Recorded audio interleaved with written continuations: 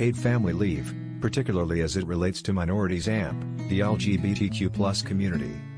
Presented by Molly Durand, Tiffany Pearson, Emily Clarke. The early years of a child's life are a critical period in which their environment affects their economic and health outcomes for the rest of their life.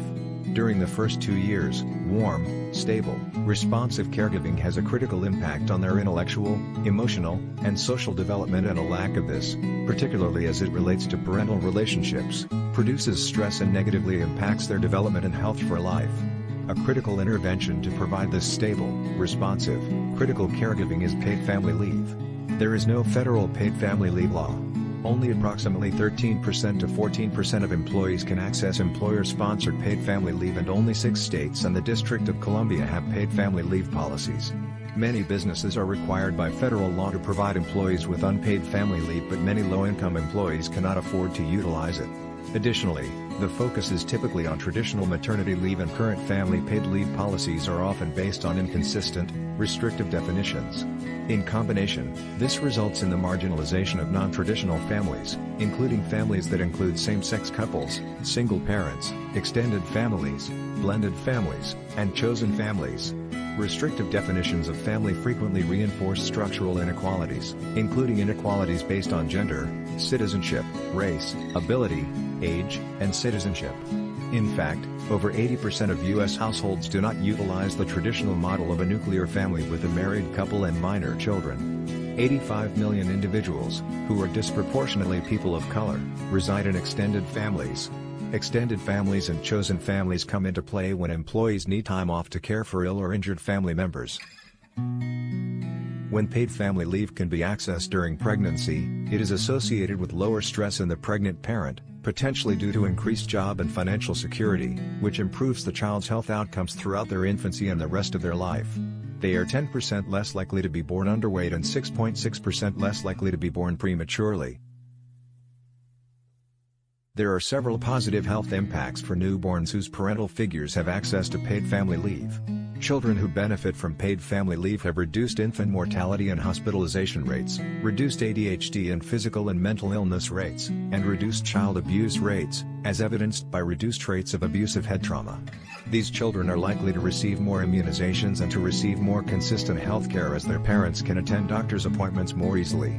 They are more likely to be breastfed for a longer period of time, with an increase of up to 65 days among low-income families. These benefits do not occur with unpaid leave.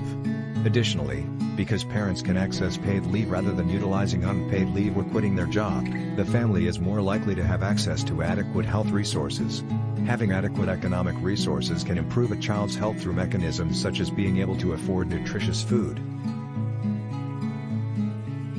Paid leave has also been associated with reduced rates of postpartum stress and a 30% reduction in postpartum depression. When fathers and non-binary partners can utilize paid family leave, they are more likely to be engaged with and provide more caregiving to their children during and after leave, which denotes a greater bond, which is critical to the child's development. Having this time to bond also reduces parental stress and improves their mental health. Access to paid family leave also increases the family's economic well-being. It increases the parents' employment and, in mothers, their wages rise 10% to 17%, while there is also an increase in the number of weeks and hours they work. It also increases mothers' job continuity with no detrimental effect on fathers' employment or future earnings. Research has also shown there are no detrimental impacts on employee turnover or wage costs. There is also a decrease in families' public assistance use. Finally, the labor market is also benefited as it results in fewer high school dropouts and a subsequent increase in the future wages of these children. When paid family leave is available, marginalized and disadvantaged families benefit most. This includes Black, Hispanic, low-income, LGBTQ+, less educated, lower-skilled, single-family families. Members of these populations are the least likely to currently have access to paid family leave, but it is critical, especially considering being a person of color or an individual with a low income or low education is also associated with poorer health outcomes for themselves and for their children. In an LGBTQ+ paid leave survey, it was found that fewer than half of respondents report that their employer's policies cover new parents of all genders equally. This was found from a population of 5,400 people. Family care may be restricted to legal guardians or spouses, failing to include domestic partners and other close family members. Parental leave may not cover both genders equally. Think about gay fathers and parents who adopt. LGBTQ+ individuals already face higher rates of discrimination, maltreatment in the workplace, and poverty, all of which can be compounded by a lack of access to paid or unpaid leave. Another important aspect to look at is paternity leave and the impacts it can have on families. Paternity leave can promote parent-child bonding, improve outcomes for children, and increase gender equality in the home and at the workplace. It also can significantly increase the personal and economic well-being of their families. Paid paternity leave is less likely to be offered by employers than maternity leave, and may not always be taken even if offered. For two-dad families, and the increasing number of fathers who are serving as stay-at-home parents, addressing this unequal access and uptake is particularly important. Workers often face tension in balancing their roles as workers and parents, since there can be adverse consequences to prioritizing family over work or work over family.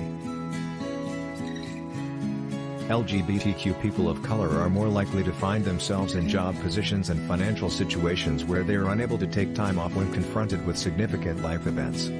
Others are eligible to take unpaid leave under the Family and Medical Leave Act or FMLA, but cannot afford to take time off without pay. Even those who do have access to paid leave may feel less comfortable requesting it in the face of anti-LGBTQ and or racially motivated employment discrimination.